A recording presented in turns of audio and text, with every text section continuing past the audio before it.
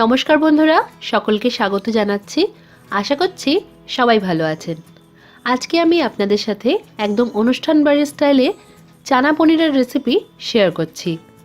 এই রান্নাটা যেরকম রুটি, পরোটা, নানের সাথে খেতে ভালো লাগে, সেরকমই এটা জিরা রাইস বা পোলাওয়ের সাথে খেতেও কিন্তু দারুণ লাগে। আশা করছি আজকের রেসিপি ভালো লাগবে। ভালো লাগলে ভিডিওটাকে লাইক আর শেয়ার করতে ভুলবেন না। এই রান্নাটা করার জন্য আমি এখানে 250 গ্রাম কাবুলি ছোলা রাতেই ভিজিয়ে রেখেছিলাম, আর এখন এটা আমি নিয়ে নিয়েছি কুকারে এটা দেওয়ার পর এর মধ্যে আমরা পরিমাণ মতো জল দিয়ে দেবো এটা সেদ্ধ করার জন্য। তো আমি এখানে দিয়েছি 2 গ্লাসের মতো জল। এই রান্নায় আমি আলুর ব্যবহার করছি না।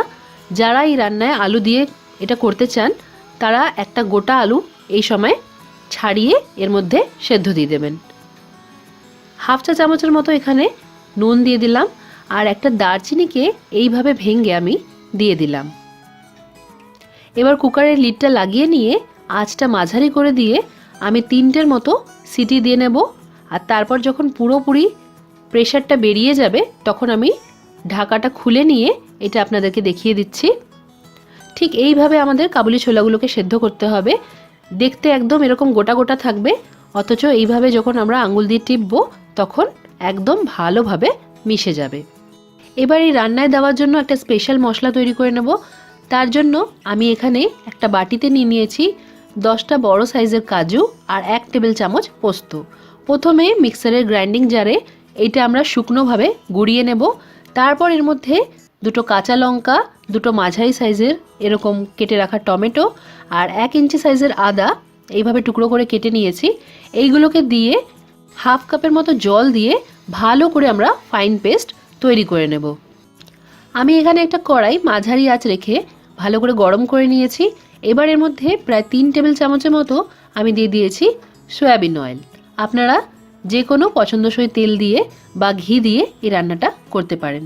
তেলটা ভালো করে গরম হয়ে গেলে এর মধ্যে আমরা ছোট টুকরোয় কেটে রাখা পনিরগুলো দিয়ে দেব। এখানে আমি প্রায় 250 গ্রামের মতো পনির দিয়েছি। পনিরটা দেওয়ার পর কিছু সেকেন্ডস অপেক্ষা করে হালকা এরকম সোনালি করে আমরা ভেজে নেব। পনিরগুলো ভাজা হয়ে গেলে এগুলো তুলে নিতে হবে। এবার এই একই তেলের মধ্যে আমি কিছু গোটা গরম মশলা ফোড়ন দিয়ে দিচ্ছি। প্রথমে দিয়ে দিয়েছি একটা বড় সাইজের তেজপাতা, একটা দারচিনি ভেঙে দিয়েছি, 2টো লবঙ্গ আর 2টো ছোট এলাচ দিয়েছি। ফোড়নটা আমরা কিছু সেকেন্ডসের মতন ভেজে নেব। তারপর যেই মশলার পেস্টটা আমরা তৈরি করেছি, যার মধ্যে কাজু, পোস্ত, টমেটো, আদা আর কাঁচা লঙ্কা আছে, সেটা দিয়ে দেব। আঁচটা এই সময় একদম কমিয়ে দিতে হবে। আর মিক্সার গ্রাইন্ডিং জারে যেটাতে আমরা এটা পেস্ট করেছিলাম তার মধ্যে অল্প জল দিয়ে ভালো করে জারটাকে পরিষ্কার করে সেই জলটা দিয়ে দিলাম। জলটা দেওয়ার পর ভালো করে মশলাটাকে আমাদের নাড়াচাড়া করে নিতে হবে। আঁচটা একদম কমিয়ে রেখেই এটাকে কষাতে হবে। এবার এই মশলাটা কষাতে কষাতেই এর মধ্যে দিয়ে দিলাম 1 টেবিল চামচ কাশ্মীরি লঙ্কার গুঁড়ো, হাফ চা চামচ দিয়ে দিলাম নর্মাল লঙ্কার গুঁড়ো, হলুদ গুঁড়ো দিয়েছি এখানে 1 চা চামচ, 1 টেবিল চামচ দিয়ে দিলাম ধনে গুঁড়ো, হাফ চা চামচ এখানে আমি দিয়ে দিলাম জিরে গুঁড়ো।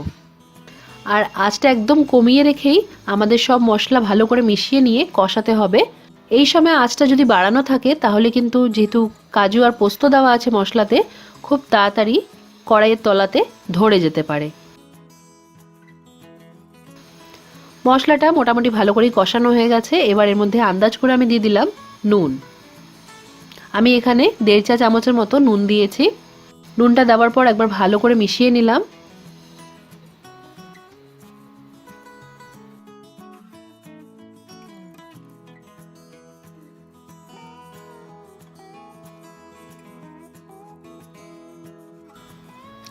আরও 2 মিনিটের মতো ভালো করে কষিয়ে নিলাম। দেখতেই পাচ্ছেন খুব সুন্দরভাবে তেলটা একদম সেপারেট হয়ে গেছে। এবার এর মধ্যে আমরা দিয়ে দেব সেদ্ধ করে রাখা কাবুলি ছোলাগুলো। আর ছোলাগুলো আমি জলের থেকে আলাদা করে তুলে দিয়েছি। জলটাকে আমরা আলাদা সরিয়ে রাখবো। পরে এই রান্নায় আমরা জলের প্রয়োজন হলে জলটা সেখান থেকেই অ্যাড করতে পারবো। কাবুলি ছোলাটা দিয়ে ভালো করে একবার নাড়াচাড়া করে নিলাম। আর ওপর থেকে দিয়ে দিলাম 1 চা চামচ গরম মশলা গুঁড়ো। গরম মশলা গুঁড়োটা দিয়ে ভালো করে মিশিয়ে নিলাম। এবার ওপর থেকে একটা ঢাকা দিয়ে 2 মিনিটের জন্য এইটাকে একদম কমানো আছে আমরা কষিয়ে নেব। 2 মিনিট পর আমি ঢাকাটা সরিয়ে নিলাম। মশলার সাথে কাবুলি ছোলাটা খুব সুন্দরভাবে কষানো হয়ে গেছে। এবার এর মধ্যে ভেজে রাখা পনিরগুলো আমরা দিয়ে দেব। পনিরটা দিয়েও সব মশলার সাথে ভালো করে মিশিয়ে নিতে হবে।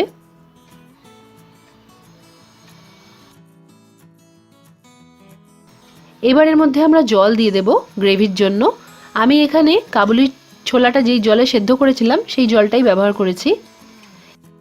এখানে প্রায় 1 গ্লাসের মতো আমি সেই জলটা দিয়েছি। জলটা দিয়ে ভালো করে মিশিয়ে নিলাম। আবারও এটা ঢাকা দিয়ে আঁচটা মাঝারি করে 3 মিনিটের জন্য আমরা ভালো করে ফুটিয়ে নেব। 3 মিনিট পর আমি ঢাকাটা সরিয়ে নিলাম।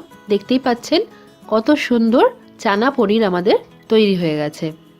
অনুষ্ঠান বাড়ির স্বাদের এই রেসিপি আপনারা লুচি, পরোটা, রুটি, নান বা জিরা রাইসের সাথেও পরিবেশন করতে পারেন।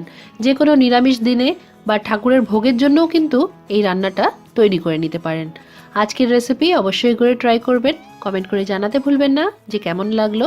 আজকের মতো এখানেই শেষ করলাম। সবাই খুব ভালো থাকবেন আর সবাইকে খুব ভালো রাখবেন। ধন্যবাদ।